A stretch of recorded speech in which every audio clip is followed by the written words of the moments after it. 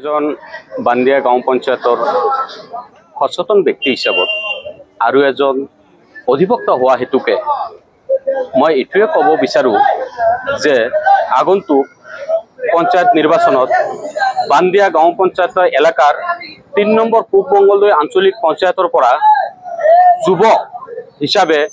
এইবাৰ ৰচিদুল হকে ৰাজনীতিত ভৰি দিছে আৰু সমূহ ৰাইজ বান্দিয়া গাঁও পঞ্চায়তৰ সমূহ ৰাইজ তেওঁৰ হৈ স্বতঃস্ফূৰ্তভাৱে ওলাই আহিছে আৰু তেওঁ এজন দক্ষ প্ৰাৰ্থী হিচাপত যেহেতু শিক্ষিত ল'ৰা আৰু সকলো সময়ত অতীততো মই তেওঁক দেখা পাইছোঁ বিভিন্ন ধৰণৰ ৰাইজৰ একদম এনআৰচিৰ পৰা আদি কৰি 2015 চনৰ এনআৰচিৰ পৰা আদি কৰি বিভিন্ন ধৰণৰ সমস্যাত তেওঁ মাত মাতি আহিছে। গতিকে মই সম্পূৰ্ণভাৱে আশাবাদী যে অহা 7 মে তাৰিখৰ যোনটো পঞ্চায়ত নিৰ্বাচন হ'বলগীয়া আছে সেই পঞ্চায়ত নিৰ্বাচনত মোহাম্মদ ৰচিদুল হকক সমূহ ৰাইজে তেওঁ বিপুল ভোটত ট্ৰাকৰ ছবিত ভোট দি জয়যুক্ত কৰিব বুলি মই আশাবাদী। আচ্ছা, আপুনি খুব সুন্দৰ প্ৰশ্ন এটা সুধিছে যে সকলোৱে প্ৰাৰ্থী যেহেতু জয়ী হোৱাৰ পিছত আমাৰ এই পঞ্চায়তৰ সমূহ ৰাইজৰ লগত আৰু কোনো ধৰণৰ সংসূত্ৰ নাৰাখে। আমি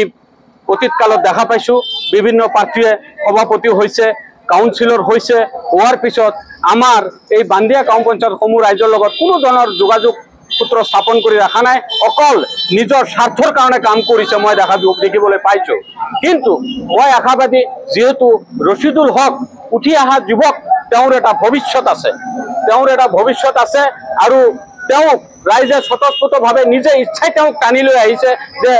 তুমি আহি আমাৰ সেৱা কৰিব লাগে। ৰাজনীতিৰ মঞ্চত তুমি সোমাই আমাৰ ৰাইজৰ বান্দিয়া গাঁও পঞ্চায়তৰ সমূহ ৰাইজৰ সমস্যাৰ ওপৰত তুমি আলোচনা কৰি আমাৰ এই সমস্যাসমূহ তোমাৰ এখতিয়াৰৰ ভিতৰত থাকি সমাধান কৰিব লাগে। সেই হিচাপত মই ক'ব খোজোঁ যে তেওঁক যদি আল্লাহ ও ভগৱানে আৰু সমূহ বান্দিয়া ৰাইজৰ সহযোগত বিপুল ভোটত যদি তেওঁ ট্ৰাকৰ ছবিত ভোট মাৰি যদি তেওঁ বিপুল ভোটত জয়ী কৰে, মই ভাবোঁ তেওঁ